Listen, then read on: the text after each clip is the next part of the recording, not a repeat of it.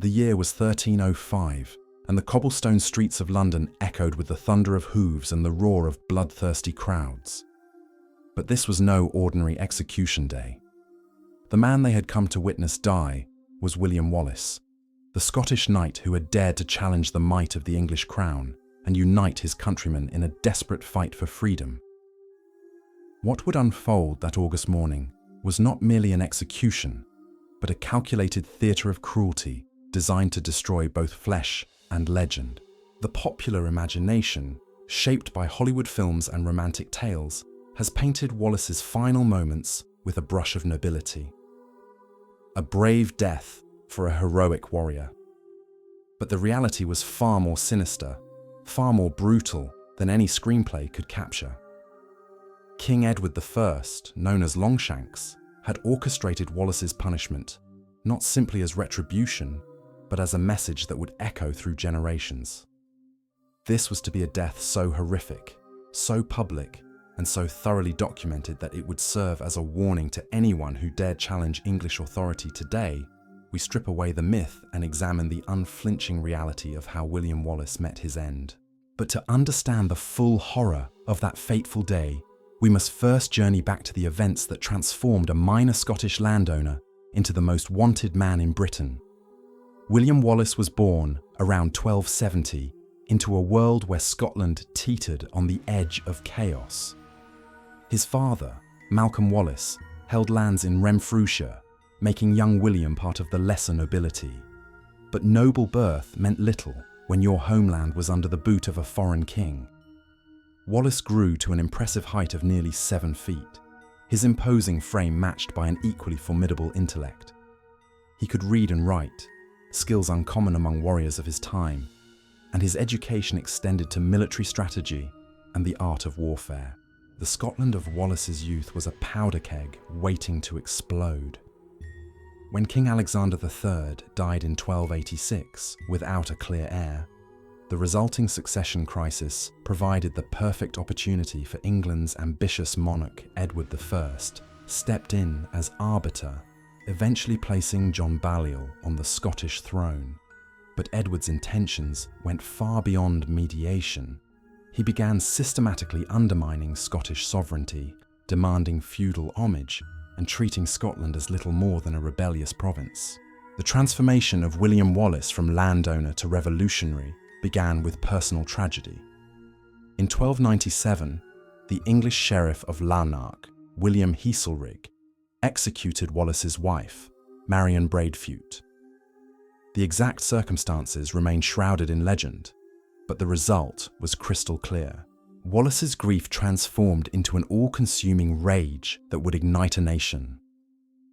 Under cover of darkness on that fateful night in May 1297, Wallace and a small band of supporters infiltrated Lanark. They moved through the shadows like ghosts, avoiding English patrols and scaling the town walls. Their target was Sheriff Heselrigg, the embodiment of English oppression in their eyes. When they found him, Wallace himself delivered the killing blow, his massive sword ending the life of the man who had torn his world apart. The assassination sent shockwaves across Scotland and England. For the Scots, it was a beacon of hope, proof that the English could bleed. For the English, it was an act of rebellion that demanded swift and brutal retaliation. But Wallace had miscalculated in one crucial way. He had underestimated how his single act of vengeance would transform him into a symbol that thousands would rally behind. Word of Heselrigg's death spread like wildfire across the Scottish countryside. Men abandoned their farms and trades to join Wallace's growing army. They came not for glory or riches, but driven by years of accumulated resentment against English rule. Wallace found himself at the head of a force that grew larger with each passing day. A ragtag collection of farmers, craftsmen, and minor nobles, united by a common cause. But Wallace was no mere rabble-rouser. His strategic mind began to reveal itself as he organized this disparate force into an effective fighting unit. He understood that conventional warfare would be suicide against the professional English army. Instead, he employed guerrilla tactics, striking swiftly at supply lines and isolated garrisons before melting back into the Scottish countryside. His intimate knowledge of the terrain gave his forces an advantage that no amount of English military training could overcome. The English response was predictable and brutal. Edward I dispatched forces to crush this upstart rebellion, confident that superior numbers and equipment would quickly end the Scottish threat. But Wallace had learned the lessons of asymmetric warfare. He avoided pitched battles, instead wearing down English forces through constant harassment and ambush. Each small victory brought more recruits to his banner, and each English defeat eroded their morale. As Wallace's reputation grew, so did English determination to capture him. The bounty on his head increased dramatically, and a network of spies and informants spread across Scotland. Edward understood that Wallace had become more than just a military threat. He had evolved into a symbol of Scottish resistance, and symbols could be more dangerous than armies. The culmination of Wallace's military genius came at Stirling Bridge on September 11th, 1297. The English army, led by John de Warenne and Hugh de Cressingham, approached with overwhelming confidence. They outnumbered the Scots significantly and boasted superior equipment and training. What they lacked was an understanding of their enemy's tactical brilliance. Wallace had chosen his battlefield with meticulous care. The River Forth created a natural barrier, and the narrow wooden bridge at Stirling formed a deadly bottleneck. As the English began their crossing, Wallace waited with iron discipline. His forces remained hidden in the surrounding hills and forests, invisible to English scouts. The key was timing, and Wallace knew that patience would be rewarded. When approximately half the English force had crossed the bridge, Wallace struck. The Scottish war cry echoed across the battlefield as his warriors poured down from their concealment. The English, caught in the middle of their crossing, found themselves unable to deploy effectively. Those who had crossed were cut off from reinforcements, while those still on the far side could only watch helplessly as their comrades were slaughtered. The narrow confines of the battlefield worked perfectly in Wallace's favour. English heavy cavalry, the terror of medieval battlefields, became a liability in the cramped space between river and bridge. Scottish infantry, armed with long spears and burning with righteous fury, methodically cut down the trapped English forces. The river ran red with blood as armoured knights drowned under the weight of their equipment. Wallace himself fought in the thick of the battle, his massive two-handed sword carving through English ranks. Contemporary accounts describe him as a figure of terrifying majesty, his great height allowing him to tower above the melee, while his blade dealt death with mechanical precision. This was not just military leadership, but inspiration made manifest. The victory at Stirling Bridge was total and devastating. English casualties were enormous, and the survivors fled in complete disarray. More importantly, the psychological impact was immense. The myth of English invincibility lay shattered on a Scottish battlefield. Wallace had proven that with proper tactics and unwavering courage, even the mightiest army could be defeated. In the aftermath of Stirling Bridge, Wallace's status transformed from rebel leader to guardian of Scotland. He was knighted and granted formal authority over Scottish military forces. But with this elevation came new challenges. Success had made him a target not just for English forces, but for rival Scottish nobles who viewed his rise with suspicion and envy. Edward I's response to Stirling Bridge was swift and merciless. He personally led a massive army north, determined to crush the Scottish rebellion once and for all. This was no longer about subduing a troublesome province. It had become a personal vendetta between two strong-willed leaders, each representing fundamentally different visions of how Britain should be governed. The confrontation came at Falkirk on July 22nd, 1298. This time, Wallace faced a very different challenge. Edward had learned from the disaster at Stirling Bridge and approached this battle with careful preparation. The English army was larger, better organised, and led by a king who understood the stakes involved. Wallace, for his part, had also evolved as a military commander. His army was more disciplined than the force that had won at Stirling Bridge, and he had incorporated new tactical innovations. Scottish schiltrons, dense formations of spearmen, were positioned to maximise defensive strength while limiting English cavalry effectiveness. But the Battle of Falkirk revealed the limitations of Wallace's strategic position. Despite his tactical brilliance, he was fighting a war of attrition against an enemy with superior resources. The English could absorb losses that would cripple Scottish forces. Moreover, Wallace's reliance on popular support meant that prolonged warfare would eventually exhaust his recruiting base. The battle itself was a crushing defeat for Scottish forces. English longbowmen, deployed with devastating effectiveness, shattered the Scottish schiltrons before heavy cavalry completed the rout. Wallace himself barely escaped the carnage, his army scattered, and his reputation as an invincible commander destroyed in a single afternoon. Falkirk marked the beginning of the end for William Wallace as a military leader. Recognizing that continued resistance would only bring more suffering to his people, he resigned his position as Guardian of Scotland. But Edward I was not content with military victory. He wanted the man himself, understanding that as long as Wallace remained free, he would serve as a focal point for Scottish resistance. What followed was a relentless manhunt that would last for 7 years. Wallace became a fugitive in his own land, constantly moving to avoid capture, while English agents closed in around him. The network of supporters that had once sustained his rebellion gradually eroded under pressure from English authorities and Scottish collaborators seeking favour with the occupying power. The years between 1298 and 1305 transformed Wallace from Scotland's greatest hero into its most hunted fugitive.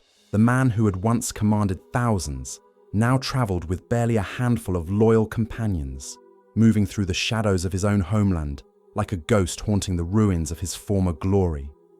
Every dawn brought new dangers. Every trusted face might conceal a traitor's heart, and every safe house could become a trap.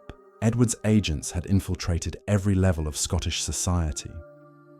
Gold flowed freely from English coffers into Scottish hands, purchasing loyalty that patriotism alone could not secure. Former allies found themselves faced with impossible choices: maintain their allegiance to Wallace and risk losing everything, or betray him and secure their families' futures under English rule. The moral complexities of occupation warfare played out in countless personal tragedies across Scotland. Wallace's physical appearance had changed dramatically during these wilderness years.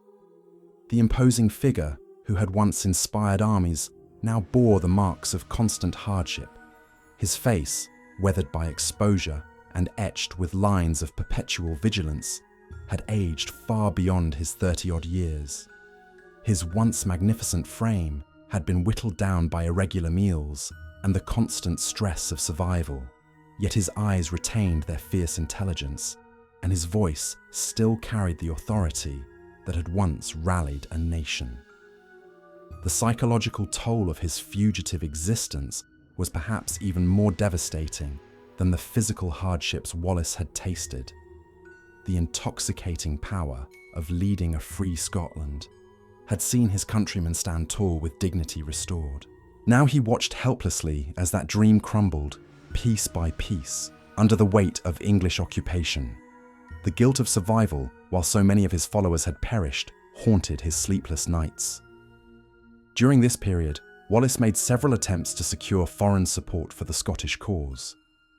He travelled to France, seeking aid from Philip IV, who was engaged in his own conflicts with England.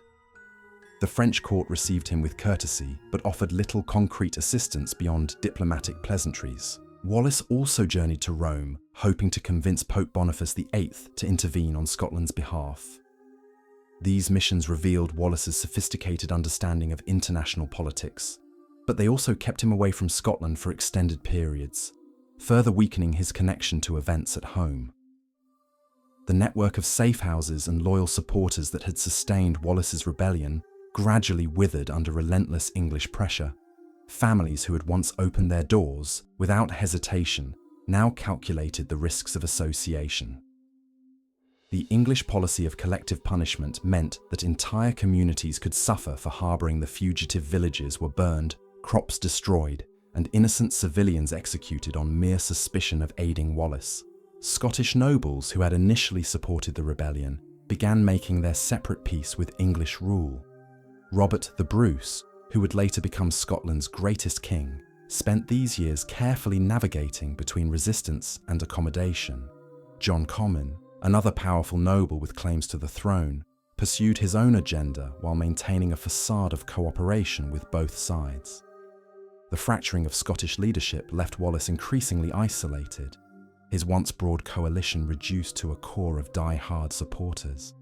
The constant pressure of the manhunt began taking its toll on Wallace's inner circle. Some of his closest companions fell in skirmishes with English patrols. Others simply disappeared, whether killed, captured, or having chosen to abandon the cause, remained unknown. The paranoia that inevitably accompanies underground resistance began poisoning relationships within the group. Suspicions arose about who could be trusted, who might have been turned by English agents, who possessed the strength to endure indefinitely. Wallace's movements during this period followed no predictable pattern. He might appear in the Highlands one week, the Borders the next, then vanish entirely for months at a time. English commanders deployed increasingly sophisticated tracking methods, using local knowledge and informant networks to narrow their search.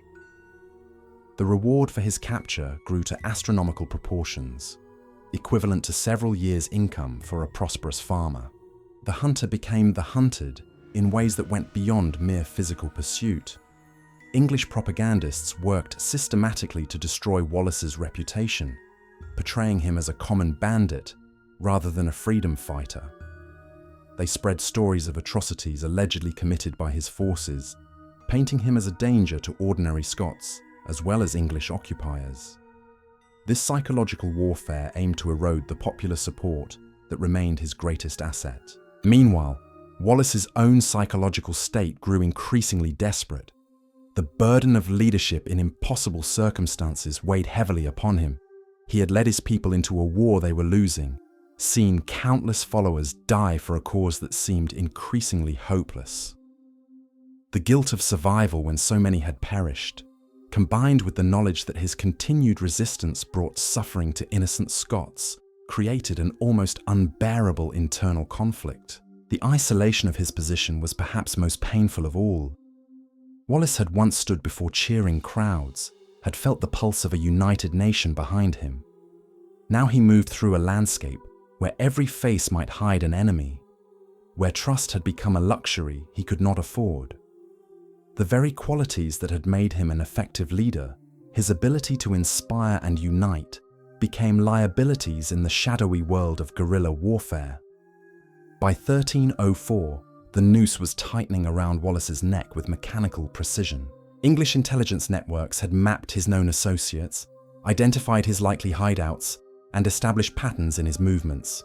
The reward for information leading to his capture had reached levels that tempted even his most loyal supporters. More critically, English agents had begun successfully infiltrating his inner circle. The betrayal, when it came, was orchestrated by Sir John Menteith, a Scottish nobleman who had once fought alongside Wallace, but had since submitted to English rule. Menteith's motivations remain debated by historians, but the practical reality was stark. He possessed detailed knowledge of Wallace's habits, his trusted contacts, and his preferred routes through the Scottish countryside. This intelligence made him invaluable to English authorities seeking to end the manhunt. The trap was set with meticulous care near Glasgow. In August 1305, Wallace had been lured to a meeting under the pretense of planning new resistance activities. The location was carefully chosen to minimize his chances of escape, with English forces positioned to cut off all possible retreat routes. When Wallace arrived with his small band of remaining followers, they found themselves surrounded by overwhelming force. The final confrontation was brief and desperate. Wallace's companions fought with the fury of men who knew they faced certain death, but they were hopelessly outnumbered. Some accounts suggest that Wallace himself fought with supernatural strength, his great sword cutting down multiple attackers before he was finally overwhelmed.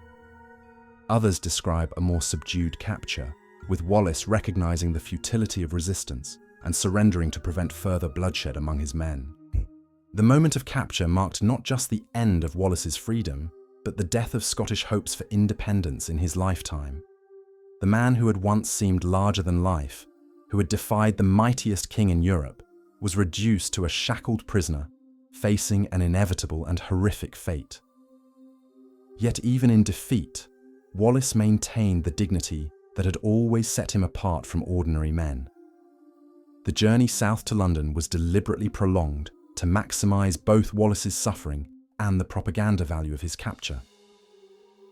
He was paraded through English towns where crowds gathered to see the infamous Scottish rebel.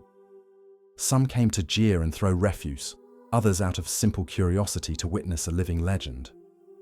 Wallace bore these humiliations with stoic silence, his bearing still proud despite the chains that bound him. As the procession neared London, anticipation reached fever pitch. King Edward had waited 7 years for this moment, and he intended to make Wallace's execution a spectacle that would be remembered for generations. The preparations were elaborate and theatrical, designed to demonstrate both English power and the fate that awaited those who challenged it. The stage was set for one of history's most brutal and politically motivated executions. Executions. The ancient stones of Westminster Hall had witnessed many trials, but few carried the weight of political theatre that surrounded William Wallace's appearance before English justice. On August 23rd, 1305, the Great Hall filled with spectators eager to witness the legal destruction of Scotland's most notorious rebel. The proceedings that unfolded were less about justice than about crafting a narrative that would justify the horrors to come. Wallace was dragged into the hall, wearing a crown of oak leaves, a mocking symbol of his status as an outlaw king. The irony was deliberate and cruel. The English had transformed the man who once commanded armies into a grotesque parody of royalty, entertainment for the assembled nobles and clergy who had come to witness his humiliation. His massive frame, though weakened by captivity, still commanded attention as he stood before his accusers. The charges read against him were carefully constructed to paint Wallace as something beyond a mere enemy combatant. Treason topped the list, though Wallace had never sworn allegiance to Edward. Murder followed, referring to his killing of English soldiers and officials. Sacrilege was added for his attacks on English clergy and churches. Each charge carried specific penalties under English law, and together they justified the most extreme punishment available to medieval justice. Wallace's response became the stuff of legend. When given the opportunity to speak, he declared with unwavering conviction that he could not be guilty of treason against a king he had never acknowledged as his sovereign. His voice, still powerful despite his circumstances, carried across the packed hall as he proclaimed that Edward had never received his homage and never would while life remained in his body. This defiant statement sealed his fate, but it also ensured his words would echo through Scottish history. The trial itself was a foregone conclusion. No witnesses were called for the defense, no evidence presented that might mitigate the charges. The judges, all appointed by Edward, had received their instructions long before Wallace entered the hall. The legal proceedings served merely to provide a veneer of legitimacy to what was essentially a predetermined execution. Justice had been perverted into vengeance, law twisted into propaganda. Chief Justice Peter Mallory pronounced the sentence with ceremonial gravity. Wallace was to be drawn through London's streets, hanged by the neck, but cut down while still alive, disemboweled while conscious, beheaded, and his body divided into quarters. Each element of this punishment carried symbolic meaning designed to destroy both the man and what he represented. The sentence was crafted not merely to end a life, but to annihilate a symbol. The crowd that gathered in London streets the following morning represented a cross-section of medieval English society. Nobles arrived in fine clothing, treating the execution as a social event. Merchants closed their shops to witness the spectacle. Common labourers abandoned their work to see the famous Scottish rebel meet his end. Vendors hawked food and ale to the assembled masses, transforming judicial murder into public entertainment. Wallace's final journey began at the Tower of London, where he had spent his last night in captivity. The guards who came for him found a man who had somehow maintained his dignity despite the horrors that awaited him. His bearing remained erect, his eyes clear and unafraid. Whatever prayers he had offered in the darkness of his cell had apparently brought him peace with his fate. The hurdle onto which Wallace was bound was a rough wooden frame designed to maximize suffering during transport. As the horses began their slow procession through London's cobblestone streets, every bump and stone sent shockwaves of agony through his already battered body. The crowd pressed close on both sides, some throwing refuse, while others stared in fascination at the legendary figure being dragged to his doom. The route had been carefully planned to pass through London's most populated districts. From the Tower, the procession moved through Cheapside, past St. Paul's Cathedral, and toward the execution ground at Smithfield. Each section of the journey offered fresh opportunities for humiliation as new crowds gathered to witness the spectacle. The sound of jeering mixed with the clatter of hooves and the scraping of wood against stone. Wallace's massive frame left a trail of blood on the cobblestones as the hurdle tore at his flesh. His face, though contorted with pain, never lost its expression of grim determination. Observers noted that he neither cried out nor begged for mercy, maintaining a silence that somehow made him more imposing than if he had ranted against his fate. His dignity and suffering began to work against his captor's intentions. At Smithfield, London's traditional execution ground, an elaborate scaffold had been constructed specifically for Wallace's death. The platform was higher than usual to ensure maximum visibility for the crowd. Ropes, knives, and other implements of torture were arranged with theatrical precision. A fire had been lit nearby to consume Wallace's entrails while he watched.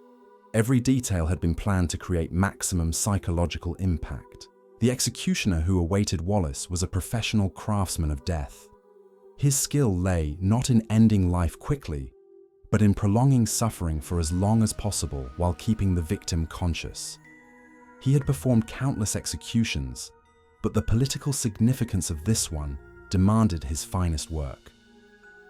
The king himself had reportedly given specific instructions about the pace and manner of Wallace's destruction. As Wallace was hauled onto the scaffold, the crowd's roar reached deafening levels. Some called for mercy, moved by his obvious courage. Others screamed for blood, caught up in the mob mentality that transformed ordinary citizens into baying wolves. The noise was so intense that the executioner had to gesture for silence before beginning his grisly work. The hanging began with Wallace being fitted with a noose that was positioned to strangle rather than break his neck. As the rope tightened and his feet left the platform, his massive frame convulsed in the ancient dance of asphyxiation. His face darkened, his eyes bulged, and foam appeared at his lips. Just as consciousness began to fade, the executioner's assistants cut him down, ensuring he remained aware of what came next. What followed tested the limits of human endurance and the depths of medieval cruelty. While Wallace gasped for breath on the scaffold, still alive but weakened by near strangulation, the executioner began the disembowelment. With practiced precision, he opened Wallace's abdomen and began removing internal organs one by one. The crowd watched in horrified fascination as each organ was held aloft before being thrown into the waiting fire. The smell of burning flesh filled the air, adding another layer of horror to an already nightmarish scene. Wallace's screams, when they came, were unlike anything the witnesses had ever heard. They seemed to emerge from the very depths of human suffering, a sound that would haunt the dreams of those present for years to come. Yet even in his agony, observers noted that Wallace's eyes remained focused and aware. The executioner worked with methodical precision, his years of experience evident in his technique. He knew exactly how much damage the human body could sustain while keeping the victim conscious. Each cut was calculated, each removal timed to maximize both suffering and spectacle. The political nature of the execution demanded that Wallace remain aware for as long as possible. Throughout this ordeal, Wallace somehow found the strength to speak. His words, barely audible above the crowd's noise, were reportedly prayers and affirmations of his faith. Some claimed he called out to God for forgiveness. Others insisted he spoke of Scotland and freedom, even as his life ebbed away. Whatever his final words, they were lost in the chaos of the moment. The beheading that finally ended Wallace's suffering came almost as a mercy. With a single stroke of a sharp axe, the executioner severed his head from his tortured body.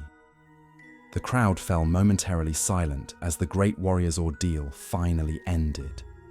Blood pooled on the scaffold as Wallace's remains were prepared for their final humiliation. The quartering of Wallace's body was performed with the same methodical precision as the rest of the execution. His limbs were severed and held up for the crowd to see, like cuts of meat in a butcher's shop. The symbolism was deliberate and brutal. The man who had once embodied Scottish unity was literally torn apart before the eyes of his enemies. The disposal of Wallace's remains followed Edward's carefully planned script for maximum psychological impact. His head was dipped in tar to preserve it and mounted on London Bridge, where it would remain for years as a warning to potential rebels.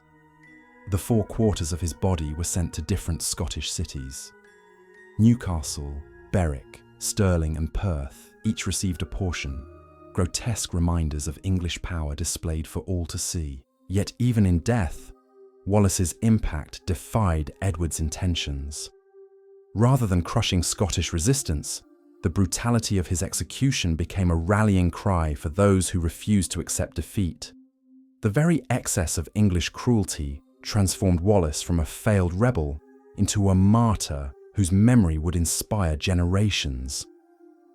The king who sought to destroy a symbol had instead created a legend that would outlive his own dynasty. The witnesses to Wallace's execution scattered across London and eventually throughout Britain, carrying with them the memory of what they had seen. Some were sickened by the brutality they had witnessed. Others were moved by Wallace's courage in the face of unimaginable suffering. All were changed by the experience, participants in a moment that would echo through history long after the blood had been washed from Smithfield stones. The immediate aftermath of Wallace's execution revealed the complex web of politics and power that had orchestrated his destruction. Within hours of his death, messengers rode hard across England and Scotland, carrying news of the gruesome spectacle to every corner of the realm. Edward's court had choreographed this moment with theatrical precision, understanding that the true impact of Wallace's execution lay not in the physical act itself, but in how the story would be told and retold across generations. The English chroniclers who documented the event wrote with careful attention to political messaging. Their accounts emphasized Wallace's alleged crimes, while minimizing any suggestion that his courage in death might inspire others. They described him as a common traitor who had received justice according to law, deliberately obscuring the reality that he had died for refusing to acknowledge foreign rule over his homeland. These sanitized versions would become the official record, though whispered accounts of Wallace's dignity in death spread through different channels entirely. Scottish witnesses to the execution faced an impossible burden. They had seen their greatest hero torn apart by English hands, watched as his body was transformed into a grotesque warning against resistance. Some fled London immediately, unable to bear remaining in a city that had witnessed such horror. Others lingered, perhaps hoping to recover some fragment of Wallace's remains for proper burial. all carried with them images that would never fade from memory. The psychological impact on ordinary Londoners was profound and unexpected. Many who had come expecting entertainment found themselves profoundly disturbed by the reality of judicial torture. The executioner's skill in prolonging suffering, the victim's extraordinary courage, and the sheer brutality of the proceedings created a spectacle that haunted witnesses long after the blood had been scrubbed from the scaffold. Some reported nightmares that persisted for months, dreams filled with Wallace's screams and the smell of burning flesh. Edward's decision to display Wallace's remains across Scotland backfired spectacularly. Rather than inspiring fear and submission, the sight of their hero's mutilated body parts inflamed Scottish anger to unprecedented levels. In Newcastle, crowds gathered silently around the displayed quarter, their faces showing not terror, but grim determination. In Berwick, English guards were required to protect the gruesome trophy from attempts to steal it for proper burial. The king's message of dominance had been received, but not in the way he intended. The head mounted on London Bridge became a particularly potent symbol of resistance. Preserved in tar, according to medieval custom, Wallace's features remained recognisable for years, staring down at the Thames with unseeing eyes that somehow still seemed defiant. Pilgrims began arriving from Scotland, risking arrest to pay their respects to their martyred leader. The English authorities, recognising the dangerous symbolism, eventually had to post permanent guards to prevent the site from becoming a shrine. Robert the Bruce, who would later claim Scotland's crown and complete Wallace's work of independence, was profoundly affected by news of the execution. Contemporary accounts suggest that Bruce's own transformation from cautious nobleman to revolutionary king began with his reaction to Wallace's death. The brutality convinced him that accommodation with English rule was impossible, that only complete independence could secure Scottish dignity and survival. The execution's impact extended far beyond Scotland's borders. European courts watched with interest as Edward demonstrated the lengths to which he would go to maintain control over his territories. Some saw strength in his ruthless suppression of rebellion. Others recognized dangerous precedent in the systematic torture of a captured enemy commander. The Holy Roman Emperor reportedly expressed private disgust at the proceedings. Though diplomatic necessity prevented public condemnation, French chroniclers, already hostile to English interests, seized upon Wallace's execution as evidence of Edward's barbaric nature. Their accounts emphasized the victim's courage and the executioner's cruelty, creating a narrative that would influence European opinion for generations. These foreign perspectives helped transform Wallace from a regional rebel into an international symbol of resistance against tyranny. The practical consequences of Wallace's death were immediate and far-reaching. Scottish resistance, which had been fragmenting under English pressure, suddenly found new unity in shared outrage. The very brutality that was meant to discourage rebellion instead provided the emotional fuel for continued fighting. Within months of the execution, new leaders emerged claiming Wallace's mantle and vowing to complete his unfinished work. The legal precedent established by Wallace's trial troubled contemporary jurists and would influence discussions of treason law for centuries to come. The charge of treason against a king who had never been acknowledged as sovereign stretched traditional legal concepts beyond recognition.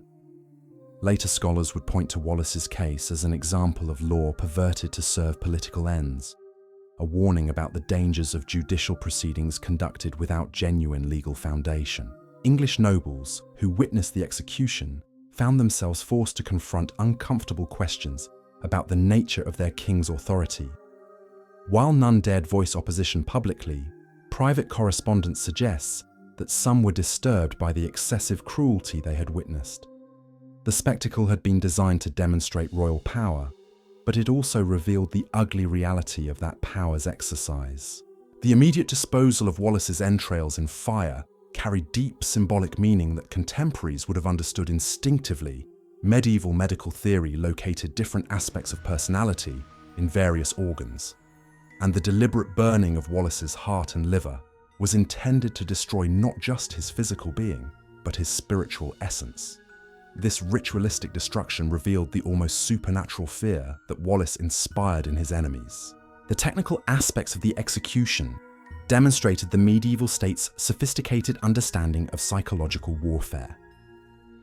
Every element had been calculated for maximum impact, from the route of the procession to the height of the scaffold. The English had transformed judicial murder into political theatre, using Wallace's body as a stage upon which to perform their dominance over Scotland. Thus ended the life of William Wallace, the towering figure whose defiance had shaken the foundations of English authority. Edward's theatre of cruelty achieved its immediate purpose, silencing forever the voice that had once rallied a nation. Yet in death, Wallace accomplished what he could never achieve in life. The very brutality of his execution transformed him from a failed rebel into an immortal symbol of resistance. His quartered remains, scattered across Scotland as warnings, became instead sacred relics that would inspire generations of freedom fighters.